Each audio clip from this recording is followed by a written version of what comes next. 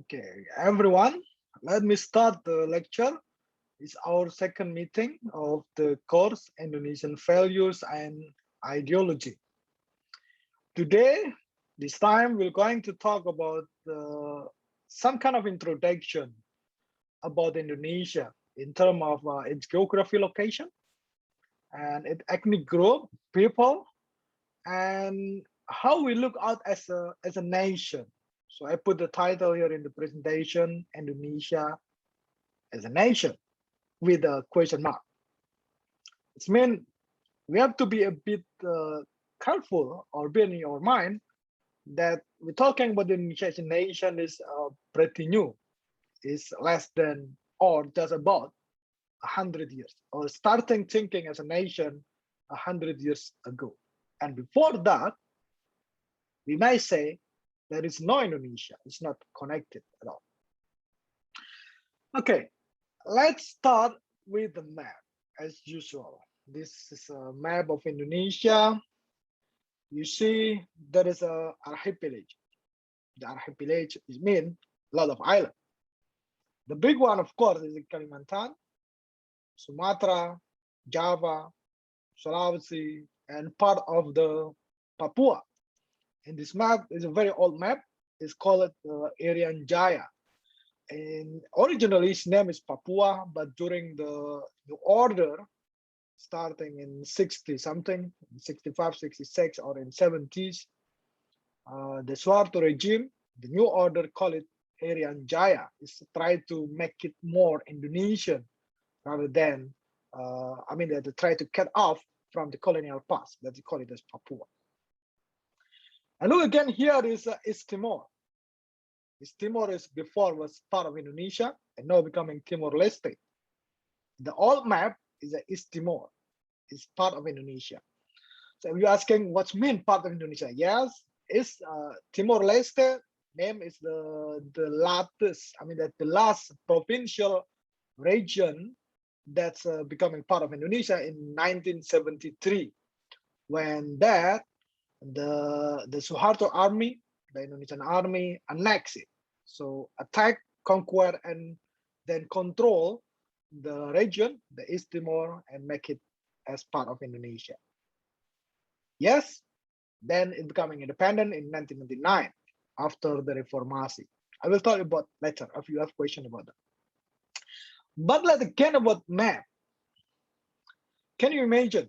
I will have question usually, but it's more rhetorical. For the domestic student mostly, how far did you ever travel or visit region, area, province in Indonesia? How far? Anybody can explain? Can have opinion? Many of you are living in Jakarta. There's one or two in Semarang, in Surabaya, and in Jogja itself. So simply to say that the majority was living in Java, the main island.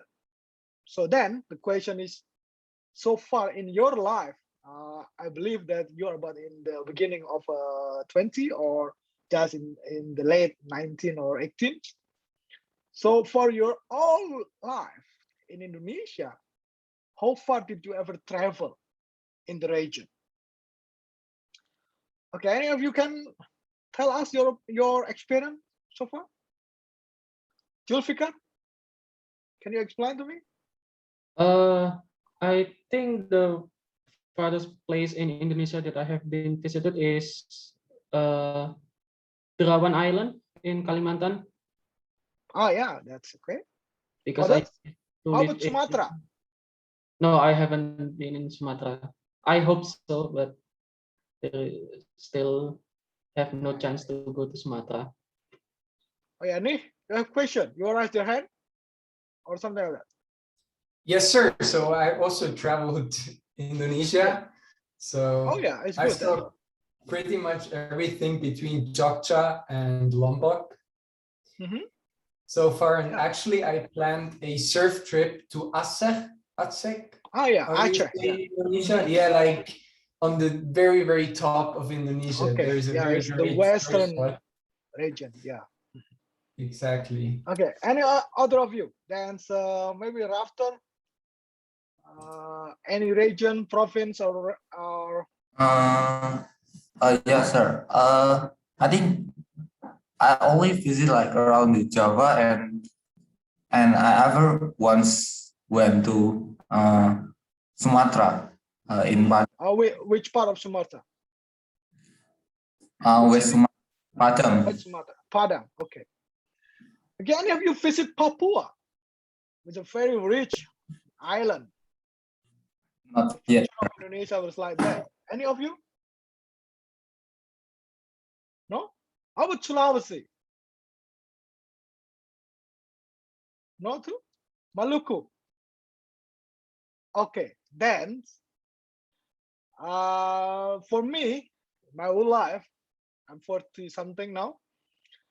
My western region in Indonesia I ever visited is Medan in North Sumatra.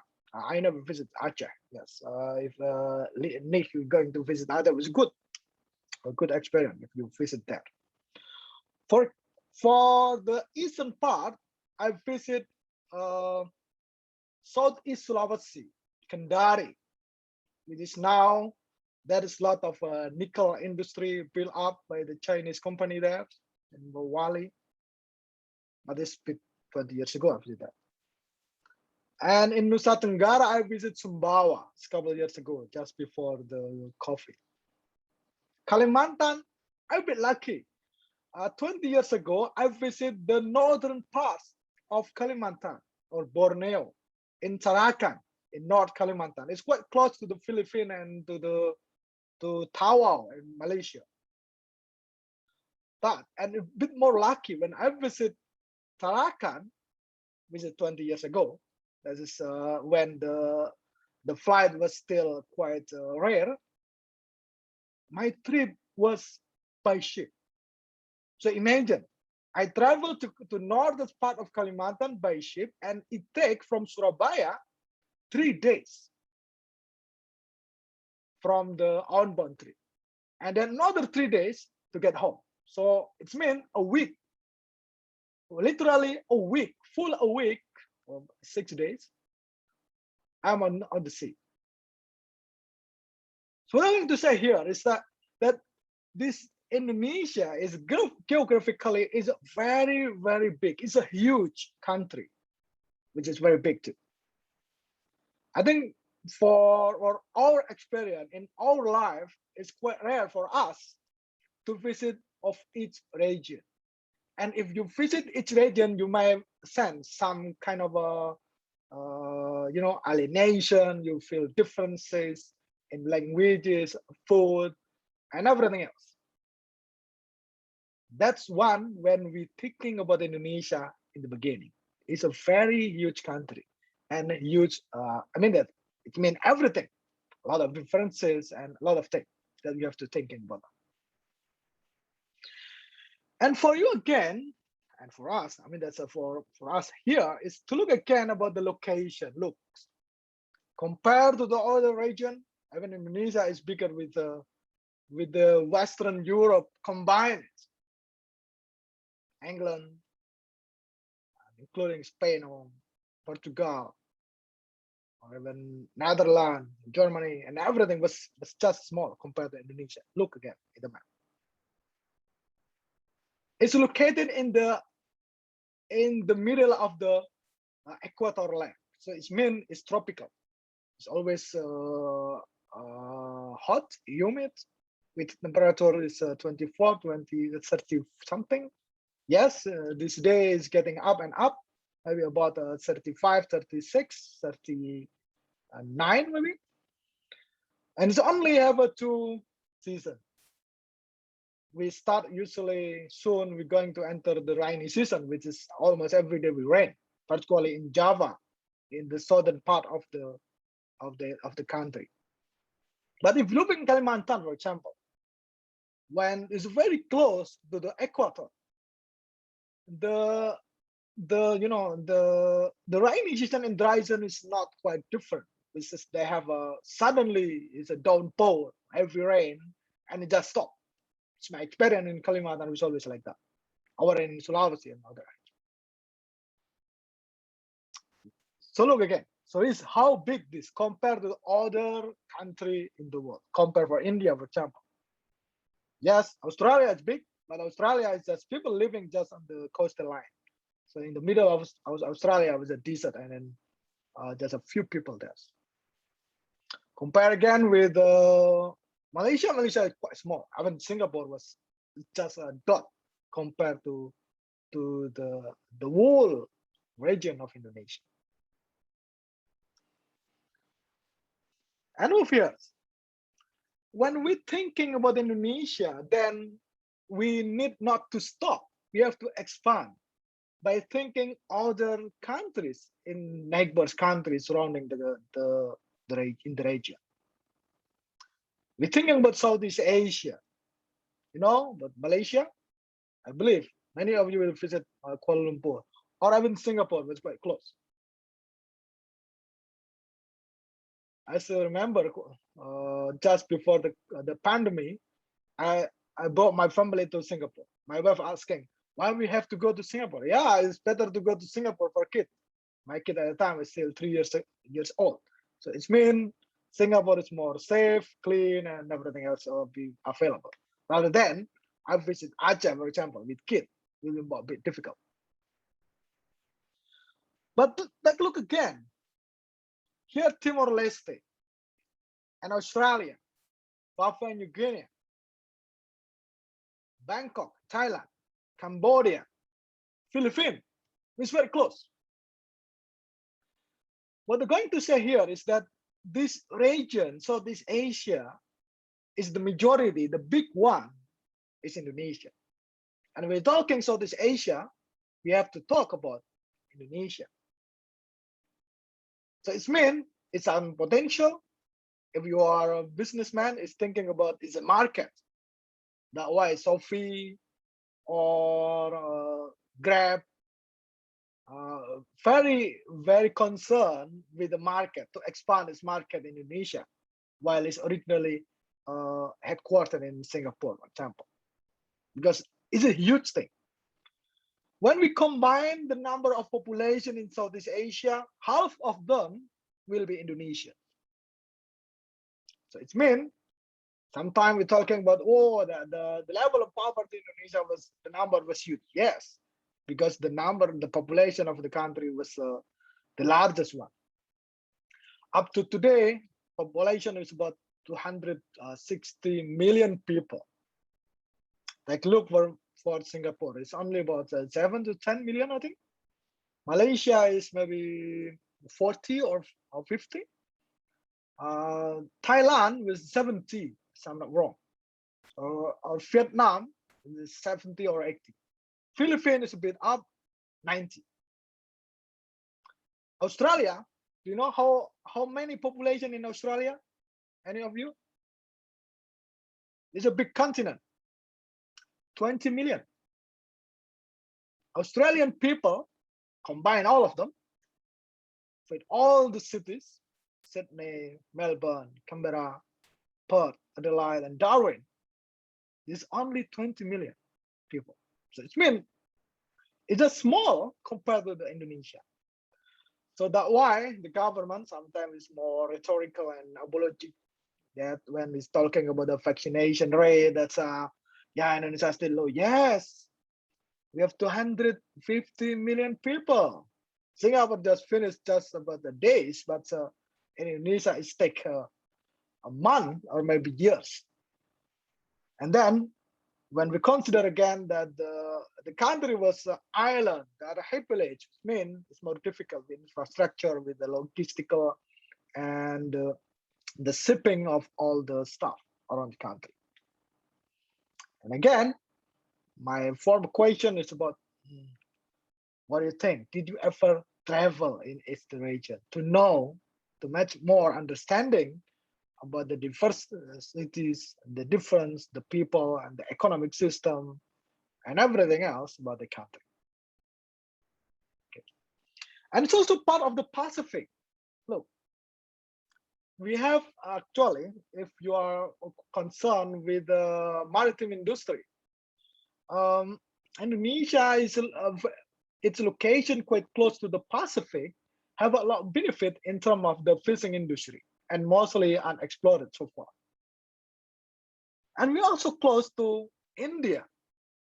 So India was a big thing. Two things that we have to talk about is India, Pacific, China. And again to China, one of the future, yeah, we don't want to say that, but is some predicted already. The future world war is happen, or just some kind of wild ideas we're going to have, will be light in South China Sea. You know here? I think my cursor will be, you can see that. The location is here. This region suddenly in 2012, the China government, they issued a new declaration that the whole South China Sea is part of their territory. And in the last 10 years, they already built a naval base, the military base here, close to the Philippines, in this partly island. You're asking why that's so important? First, have a lot of mineral, oil, gas. And this sea was rich with fish. So it's always disputed between Indonesia and some part of Natuna here, Malaysia, Thailand. Thailand is, no, Thailand not included in that part. But Vietnam was very aggressive in some ways. Malaysia, Brunei, and the Philippines, and China itself, they're really concerned about that because there's a lot of fishing, like a area, the dot area, which is the fish was likely to gather through all the years. So it means it's very, very potential economically and for everything else. And at the moment, still, it's a very busy for international trade road. The trade network by ship, the cargo ship from Singapore, from Asia to India, from Japan, from Taiwan, from Shanghai, from Philippines, and from the US. When it go to India, it's definitely will cross the South China Sea, including will mostly stop in Singapore. That's why Singapore is very rich, because they got a lot of money from this for the as stop point for the international trade, the shipping industry that's still there. So for example, if you're talking about Suez Canal, which is in March, if you look at you read the news, one of the cargo ship was blockade the Suez Canal, and then disturb the shipping the cargo ship around the globe. So what happened when the South China Sea suddenly closed because it's claimed full in the full sense by the China government, and everybody should not travel it because it's the China waters. So it will be very huge thing, so forth. So is that matters that I'll tell us a lot of things about the country. I'll move again here. It's a bit thinking about the antiquity. This I take the map from the Abu Lughod, from his book. Her book name is Before European Hegemony. So it's mean Abu Lughod is try to, is Janet Abu Lughod is try to map out number of centers, the economic center and its network that exists and work before the colonization. He identified about 8 centers network. Number 1 was whose center in the Mediterranean, in today Greek or Italia. Number 2 in Mediterranean Sea, but it's a center in the connect Black Sea in the Mediterranean Sea in Constantinople, including Cairo, Alexandria. Number 3 we know that as the Silk Road. You may be familiar already with that, which is connected the Peking in ancient China to Constantinople.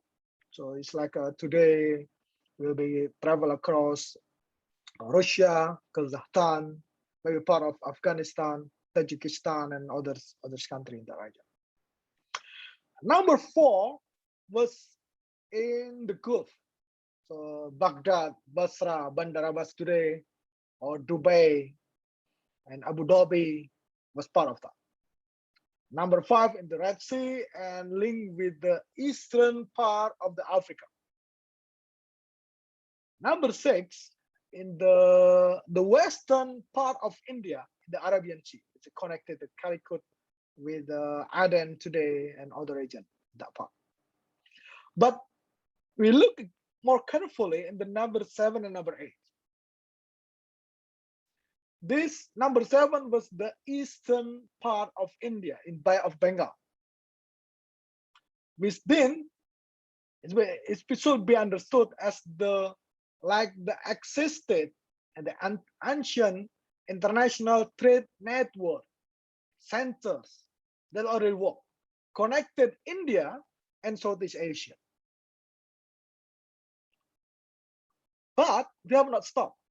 Southeast Asia is also included or involved in another ancient international trade network of Asia, or more precisely East Asia, which is connected Japan, Taiwan today, Korea, China, and Shanghai, and including other cities in Southeast Asia, mostly in today Cambodia, Vietnam, Thailand, and Malaya, and Sumatra, and part of Java.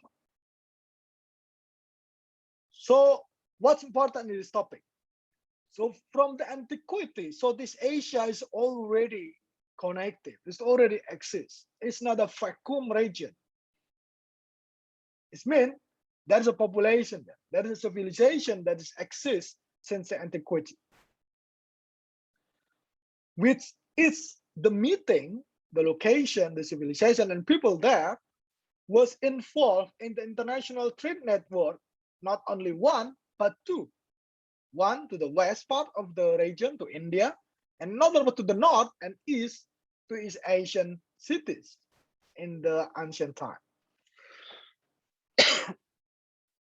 So it makes sense when Dennis Lombard, a French historian, call it the Southeast Asia, and more precisely Indonesia, is likely the crossroad of civilization, when in terms of geo and ethnographic terms, because Indonesia and Southeast Asia is likely the meeting of the two great civilizations, the ancient great civilization. One, India, another one was China. And you're talking in India and China, we're talking about not only 100 or 200 years, but we're talking about 1,000 years before. The China civilization was starting maybe 4,000 years before today. And as well as in India, the Mohenjo-daro and Harappa was starting 1,000 years before, and then others trade network. So when we're talking about Indonesia, we have to thinking about this. The map is very big country. It's included in Southeast Asia. They share similar fate as its civilization was connected for years, 1,000 years before. It is tropical region. And for antiquity, is already connected with another civilization, India and China. And India and China, and I will emphasize this. A lot of things, culture, tradition, even languages of Indonesia, or a lot of any group in Indonesia, region, cities, and region, again, mostly have influence, one from China or one from India, in a different degree.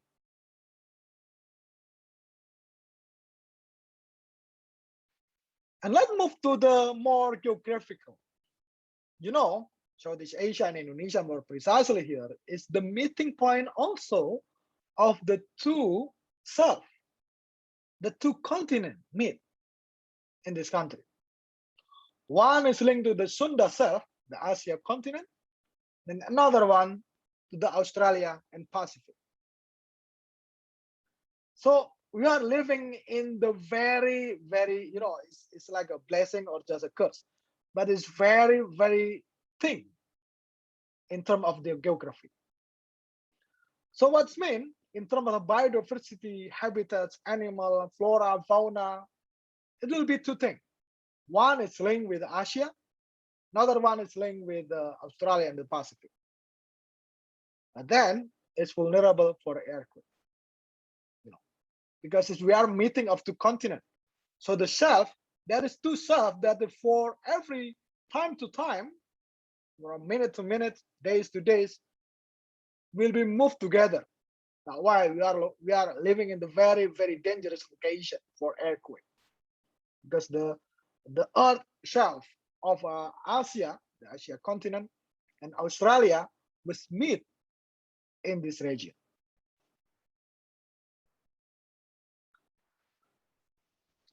Anybody familiar with Malaysia? I think when for domestic student, you might already know that when you are in the junior school, I mean the secondary school. It's like the geographical islands. It's a geographical designation which is living about in Sulawesi and Maluku, which it's likely free from both influence or link with the Asia continent and Australia. It's like the region is like a unique in terms of its biodiversity in geography and the animal there. So look, the region. Yeah, maybe for us it's not quite. I think I'm from Java and I know that I'm not quite familiar with the eastern part of region of Indonesia, which is island. But if you look that, there's a bit different in terms of the animal, the original animal there, native animal there, and some others. The ethnicity will be different, but biodiversity, flora, fauna will be different because this region is likely to be independent. They are not connected, both or either to the Asia continent or to the Australia. This is make it very unique. If you're a biologist or who love to the nature, you might consider this more carefully.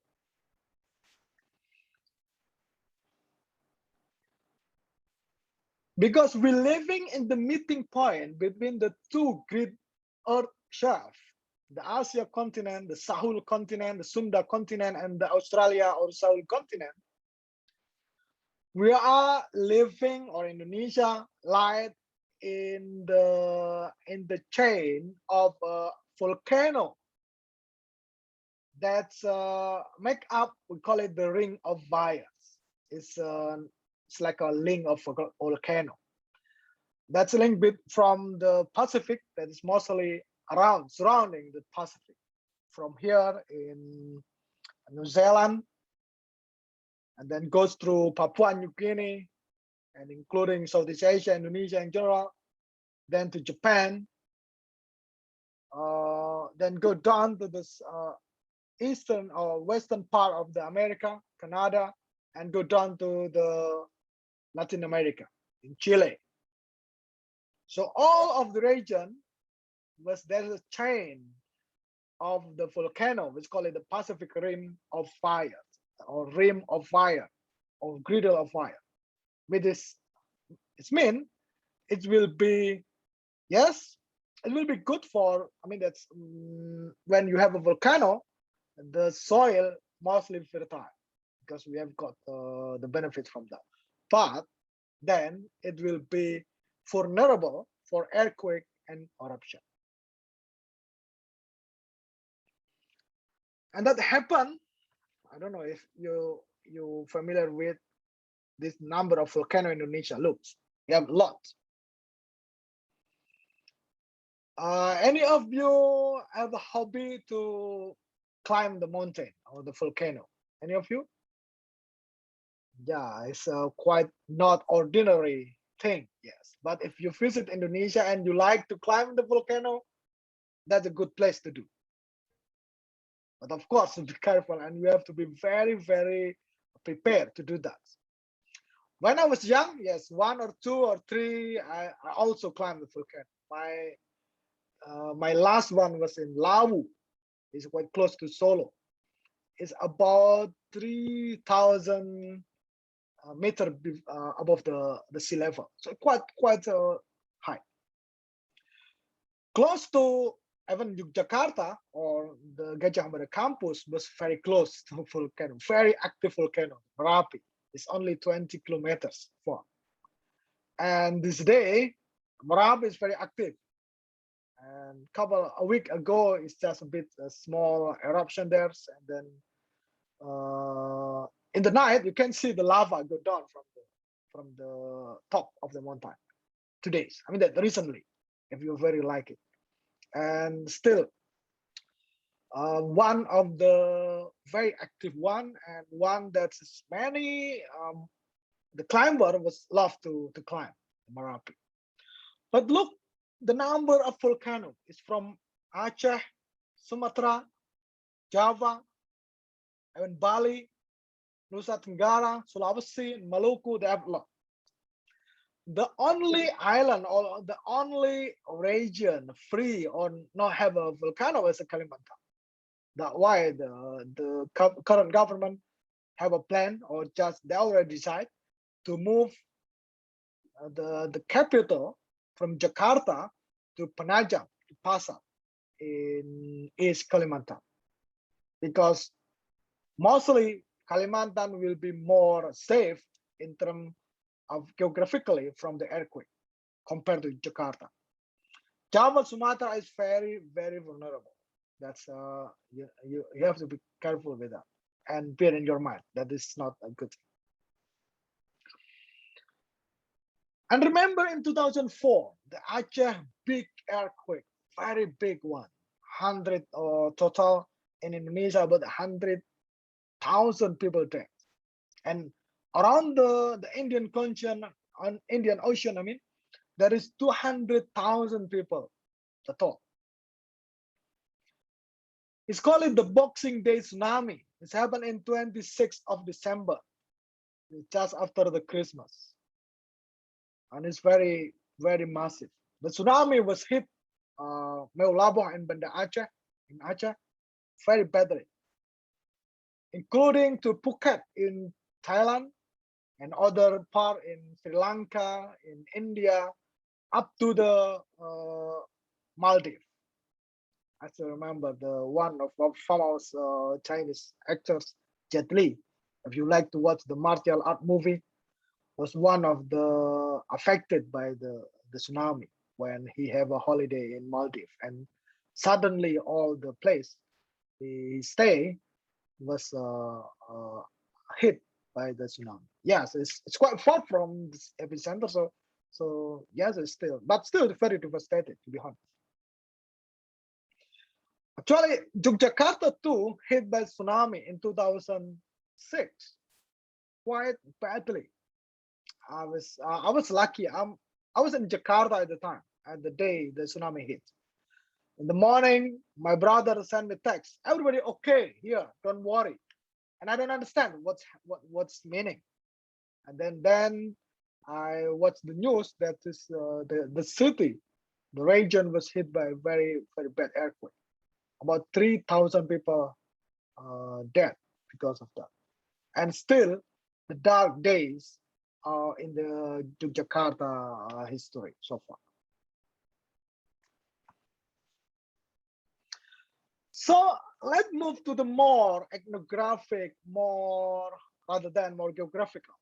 So I'll start with the name, Indonesia. Maybe for you or for us, it's just a trivial, yes, Indonesia. But look more on history. That is not only Indonesia is designated, is the word used to to to identify these archipelagos, the islands, the people living in the huge, vast regions. I will start with the Arabic term, Bilad al-Jawa or Java. So in the Middle East, in the Arabian world, there is still a term called Jawi or Java, which means link it with the Southeast Asia during the expansion of Islam to the region. So Bilad al-Jawa was the term to use that. And I give you the map of Al-Idrisi map. The map is the world map is drawn in 11th century, if I'm not wrong. And look, it's only some kind of dot, the island, like it could be like Kalimantan or Sumatra and Java versus part of this Bilad of Java. Other name, we might know about Nusantara. In Indonesia, today, the term is quite common to use. It's like the ancient preferable name to say this country as Nusantara. Or other name like Negeri di bawah angin, the land below the wind. It's not, I believe that you might not familiar with the term, but that is a time that people use the name to say, where you come from? We come from the land below the wind. And I will explain it later. And of course, during the colonial time, it's called the Netherlands Indies or Oost Indies or Dutch East India. So it means still in India. Or in Bahasa Indonesia, during the colonial time, it's called Hindia Belanda. Yeah, it's Netherlands or the Dutch. In Bahasa, it's called Belanda. It's from the, I think from the Portuguese word of the Netherlands, how the Portuguese call it Netherlands. And finally, of course, the name Indonesia. Look again here, it's Nusantara. Now some group in Indonesia prefer to use this, and how the word come from.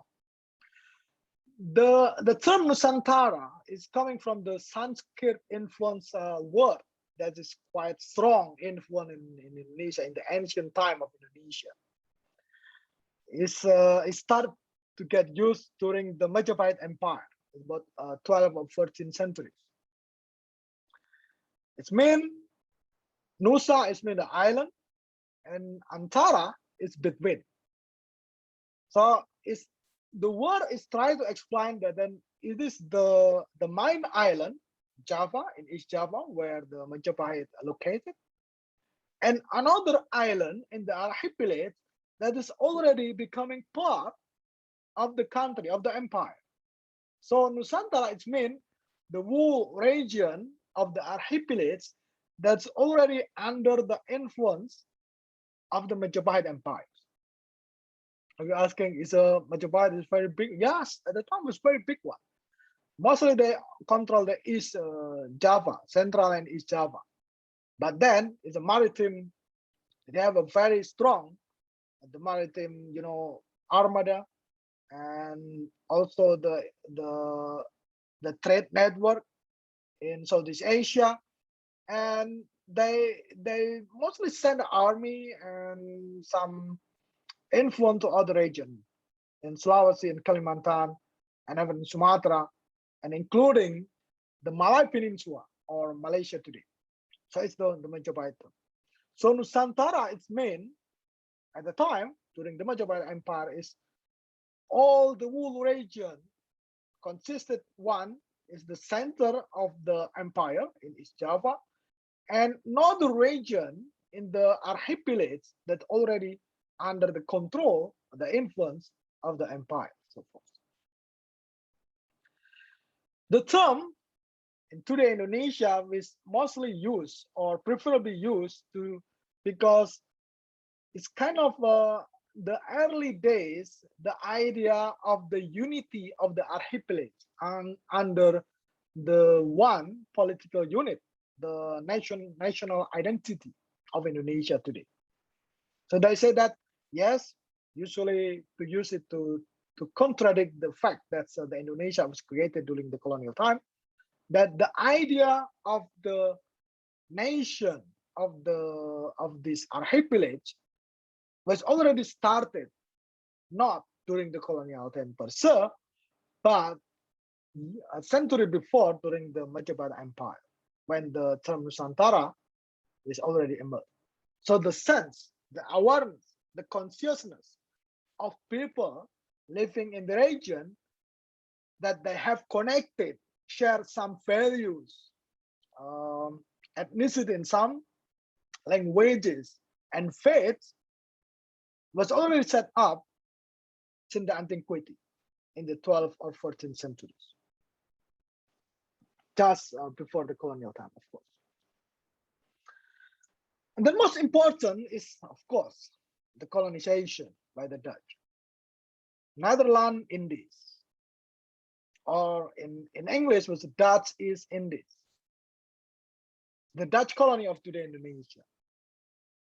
For you, mostly the region was controlled mostly by the colonial rule of the Netherlands from the 1800 to about 1948.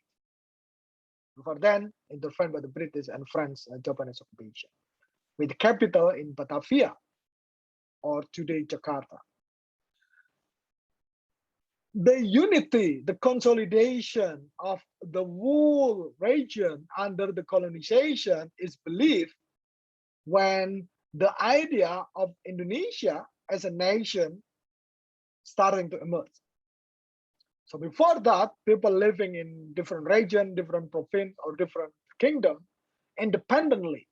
So when they move or they travel to other region, it means they travel up country rather than within the country. But colonization is it's like a trigger them to unity, to share similarities, and begin to feeling that they have the similar faith. They have some similar languages, economic system, and other values that make them or possible for them to create a single nation, and then including the territory. That's why then Malaysia or Brunei or Singapore was not part of Indonesia. Of course, that is 1 year or several years. Then Indonesia tried to, during the Sukarno, the first president Sukarno, tried to annex, tried to conquer the Sabah and Sarawak in northern part of Borneo and Kalimantan today, which now is part of Malaysia.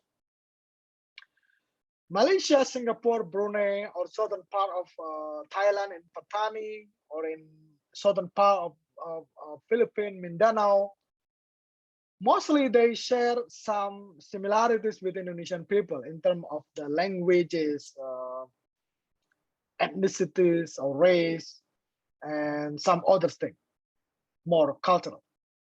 But because there are different faiths in during the colonization, Malaysia, Singapore, and Brunei was colonized by the British, and Philippines is mostly under control of the Spanish, and then to the US. And Thailand is never colonized; it's a free. But of course, Thailand was under pressure from all this European colonial rule during the colonial time. All of them do share languages, race, and values in the modern time, was not part of Indonesia as a nation and a country. So this kind of thing you have to consider when we're thinking about Indonesia. So when then or how the term Indonesia come up? The term itself is derived from the Greek word Indos and Nessos. Indian islands mean. Indos mean India, Nessos was an island. So Indian island. If you have a question about that, take a look again, the map. I show you the map here. In this old map, the Indonesia archipelago is likely to be, or it's look like, or geographically is this. It's like the extension of the Indian subcontinent.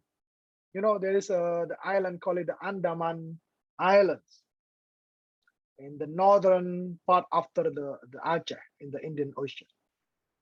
So in the antiquity or during the time of exploration in 1500, 1600, the archipelago was understood geographically as the extension of India in terms of the animal, the biodiversity, and including people. One is both have a similarities in religion and in the cultural tradition. So, George Windsor Earl, a British ethnologist, say the people living in the archipelago in Malaya in the past, in Sumatra, in Java, in Borneo, in other islands in the archipelago as Indonesian or Melanesian. So Malayu is like a Malaya, Malaysia today. They call it that. And James Logan, a Scottish geographer, when he tried to draw the map and tried to put a name for the island, the archipelago, they call it Indonesia. The term is mostly quite common in the geography studies at the time, but never used in Indonesia and political. The Dutch colonial rule mostly call it the Dutch East Indies or Netherlands Indies. And in Bahasa Indonesia, people living there is called it Hindia Belanda. Then there's some people as Indonesian student in the Netherlands, they try to call themselves. It's quite difficult. Yes, we are from Java, they are from Sumatra, there's some from Sulawesi. So what our country actually, what our nation, they try to define that. And they try to use the term Indonesia to contradict or to, try to cut off from the colonial link, which is called Hindia Belanda or that is Indies, to call it their fatherland, Indonesia, in the Far East. The people who are responsible to call it Indonesia is some of organization in the Netherlands that call it Indische Partij, Partai Hindia, is by the trio Cipto Mangunkusumo, the Dutch with Indonesian born, Douws Dekker, and the one of the nobleman from Yogyakarta, from the Paku Alam, call it Suwardi Suryaningrat, or mostly you call it as Ki Hajar Dewantara today.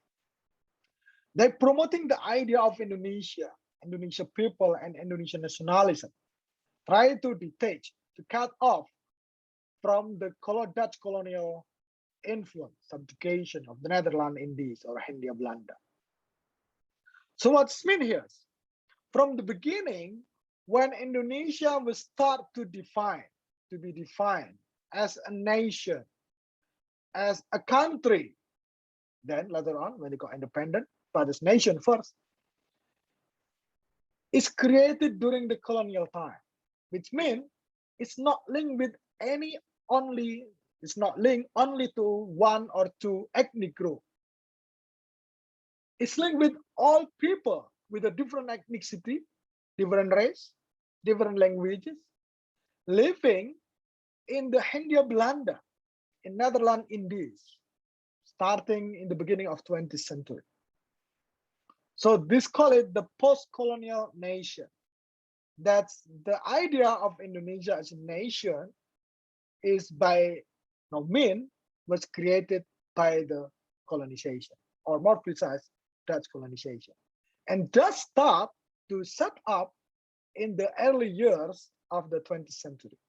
So it's quite very, very, it's not long. 100 years is not long. It's just only 4 generations. It before that, there is no idea about Indonesia so far. There is only Java or Yogyakarta or Sibolga or Aceh or other one. So we have to bear in mind that Indonesia was a new nation, which means That is the thing that will be happening in the country. For example, with about Timor. Any of you have an idea about Timor-Leste? Any of you? Julfikar, what do you know about Timor-Leste? Or others? Azra? Will be here. Gabriel? Hakim? What do you think about Timor-Leste? Just easy question. Timor-Leste share the same ethnicity with other Timor people in Nusa Tenggara Timur, in Entebbe, Flores, for example, or other islanders, in Kupang. But Timor-Leste today is an independent nation, independent country, separated from Indonesia. But people, they share some similarities. They're coming from the same ethnic group of the Timor people in Nusa Tenggara Timur, in Kupang or Flores. And still, many of them speak Bahasa Indonesia. They love Indomie, like you or like me, like us, if you like Indomie. They like Indonesian song. They know, familiar with Indonesian music, but they are independent. So what's happening? Timor-Leste was never have been part of Indonesia for the antiquity. Timor-Leste was colonized not by the Dutch, but by the Portuguese since the beginning. So it means they'll never be part of the Dutch colonial rule, Netherlands Indies. When then the colonization around the world was over, and then many countries got independent, and then the Portuguese was left Timor-Leste for nothing. And there is actually a link with the Cold War, if you're familiar with the Cold War, when the US, Britain, and other Western countries in Europe fight against the communist influence of Soviet Union to the Russia and China. At the time, do you know about the Vietnam War? Any of you familiar with? The Vietnam War was happened in 70s. It's quite now. Some if you read the news, quite similar with the presence of the American and Western army in Afghanistan when they left recently. Vietnam War was happening between the North and the South of Vietnam. The North will have a support from China and Soviet, Russia today, while in the South was have a support from the US and British. During the war was 8 years, I think, or 10 years. And the North was won. That's why Vietnam becoming a communist country. During the Cold War, there is always a contestation, or call it like a competition for the influence between the capitalist Western, the capitalist West, against the communist Russia and China. And Timor-Leste at the time is a communist country. The US won another communist state in Southeast Asia. And he said to Indonesian government at the time, Suharto, okay, please take control about that. And Suharto then sent army to Timor-Leste and control it and make it Timor-Leste as part of Indonesia. Which means against the will of the Timor-Leste people. That's why in 1999, when the Suharto was collapsed, they asking for independence and support by the UN. And finally, they separated from Indonesia. So what I mean here is we're talking about, I beg again about the map. Or not this one, it's the church general map. We're thinking about the map again. In today, Indonesia, we still, I mean, recently in these days, we still hear news about the separatist movement in Papua. Or in the past, there is Aceh too, the separatist movement in Aceh, in western part and in the eastern part of the country. Do you know why? The answer is simple. These two regions, Papua and Aceh, during the colonial time, is the least controlled region by the colonial regime. You know, Aceh is still free up to the early years of the 20th century. So it means they just defeated by the Dutch army in 1905, I think. It's quite recent. And while Papua was still, you know, the presence of the Dutch official there, but quite limited because it's quite far. And mostly at the time it's a jungle. The population was very limited. The number of population was just small. So it means it's mostly unexplored and exploited for years.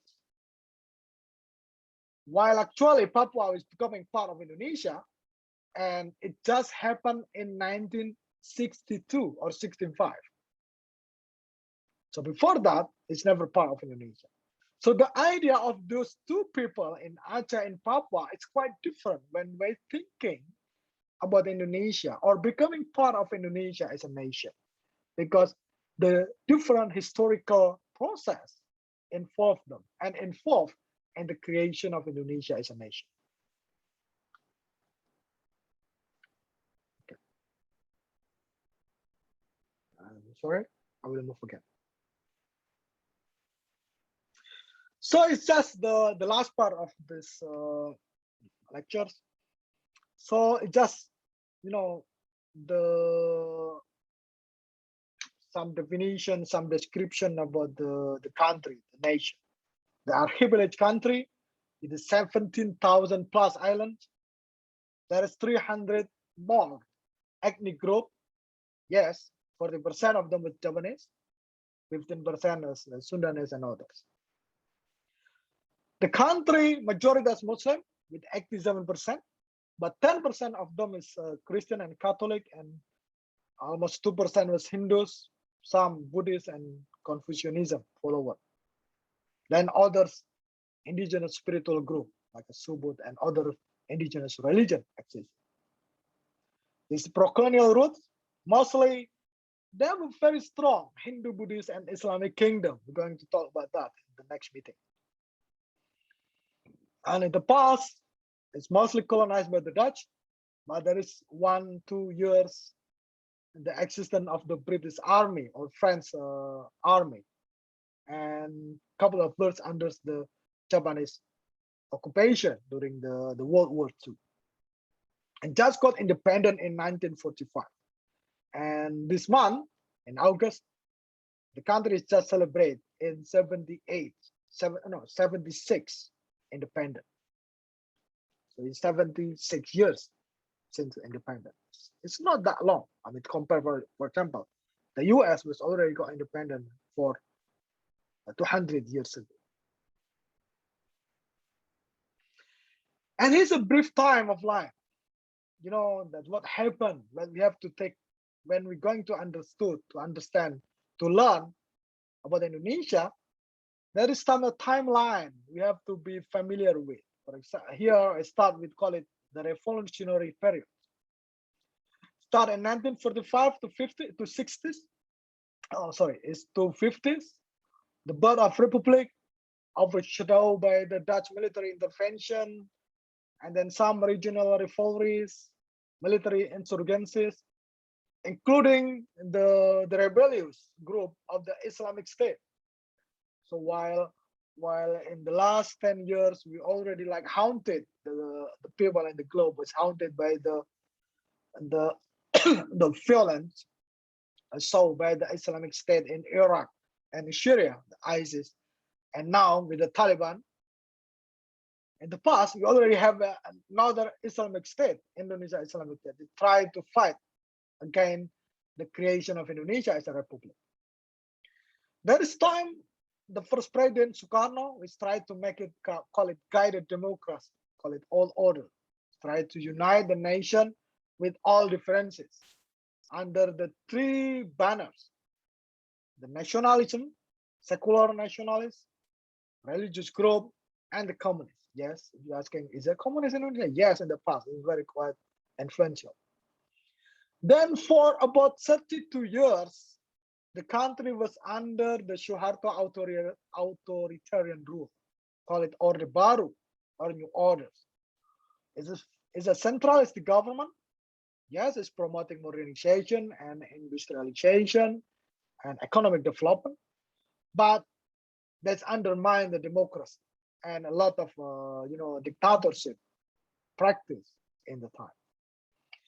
And thus starting in 1998, then the country got free and practiced a full democratic system.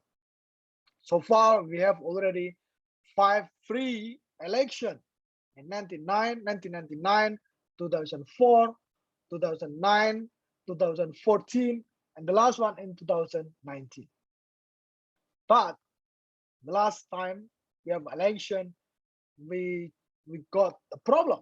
There is a massive polarization in the country, mostly triggered by the rise of Islamic conservatism, and still, the rampant of the practice of corruption everywhere in the government and in Indonesia mostly. Okay, I think that's all for this lecture today.